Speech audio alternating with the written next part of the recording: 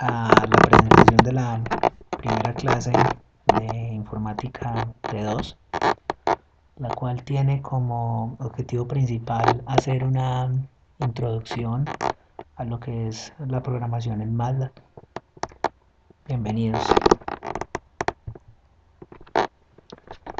Entonces vamos a empezar con el marco introductorio y me gustaría que comenzáramos con una pregunta. ¿Cuántas veces hemos utilizado el día de hoy un equipo computarizado? Bien sea un computador, una tablet o un smartphone.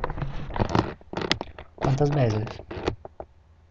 Por lo menos en mi caso, yo creo que no puedo hablar ni siquiera un número de veces, sino de la cantidad de tiempo que lo he utilizado. Y yo creo que en el día estamos pasando un gran porcentaje del día, al menos pues las personas que de pronto estamos en este medio de la academia, los profesores, los estudiantes, los trabajadores de oficina, yo creo que pasamos gran porcentaje del día utilizando un sistema computarizado.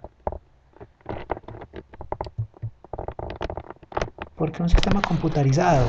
Pues porque prácticamente todos los eventos sociales desde el punto de vista de laboral, desde el punto de vista cultural, de interacción con otras personas, en este momento se encuentran computarizados. Nosotros utilizamos los computadores como herramienta de trabajo, utilizamos los computadores como elemento de comunicación, utilizamos los computadores como elemento de entretenimiento. Todas estas actividades nos requieren, nos toman gran parte del tiempo del día y por eso es que el computador se ha convertido en una herramienta casi de uso indispensable. ¿Qué nos podemos encontrar principalmente en el computador? Pues simplemente aplicaciones que de una u otra forma a partir del computador nos facilitan un poco la vida. Entonces tenemos herramientas que pueden ser de tipo netamente informáticas o con un objetivo específico. Entonces tenemos el caso de todo lo que tiene que ver, por ejemplo, con las herramientas de Office. Entonces allí podemos tener hojas de cálculo, podemos tener administradores de correo electrónico, podemos tener editores de texto, editores de imágenes. Podemos hablar también de aplicaciones que, por ejemplo, me permitan hacer edición de sonido, o me permitan reproducir música, ver videos o hacer videos. Y tenemos en este momento unas aplicaciones muy importantes, que son las aplicaciones correspondientes a las redes sociales. Sí, esto es un fenómeno que desde hace muchos años ha venido creciendo en una forma muy rápida. Y ya gran parte de estos elementos computarizados básicamente los utilizamos es para estar en contacto con las personas, ¿cierto? A partir de compartir con ellas simplemente estados, frases, videos, fotografías. ¿Sí? Y eso que solamente estamos hablando de la forma en que utilizamos conscientemente el computador. ¿Sí? ¿Cuál es como tal la ventaja o por qué utilizamos los computadores para hacer ciertas actividades? ¿Cierto? Actividades bien sea de tipo de procesamiento de datos dentro de un trabajo, de una visualización de un video, de almacenamiento o con las redes sociales. La primera ventaja con respecto, por ejemplo, a los seres humanos es que los computadores tienen una alta velocidad de procesamiento de los datos.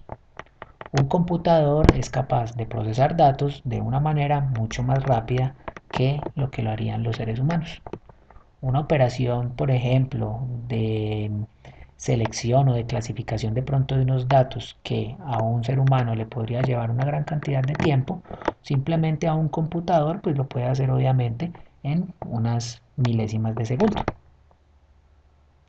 Los procesos que son complejos involucran cierto grado de incertidumbre y cierto grado de error al ser realizados por un humano. Un computador, prácticamente la efectividad de los resultados es del 100%, dependiendo del proceso, ¿cierto? Entonces, otra de las ventajas es que el computador es mucho más efectivo en los resultados que se obtienen en los procesos que en un proceso realizado, por ejemplo, por un ser humano. La otra gran ventaja es la capacidad de almacenamiento. los computadores tienen una capacidad de almacenamiento muy alta, ¿sí? Yo no podría hablar de la capacidad de almacenamiento, por ejemplo, de un cerebro humano, que es donde guardamos la información, ¿cierto? Porque nosotros, los seres humanos, realmente sí podemos acumular mucha información. Sin embargo, esa acumulación de esa información es una información que todavía no podemos controlar a voluntad propia. Es muy aleatoria. En mi caso, yo puedo tener recuerdos de mi infancia, recuerdos por ahí cuando tenía 5 o 6 años, y tengo imágenes y cositas, por ejemplo, de cuando iba a los paseos de la escuela, ¿cierto?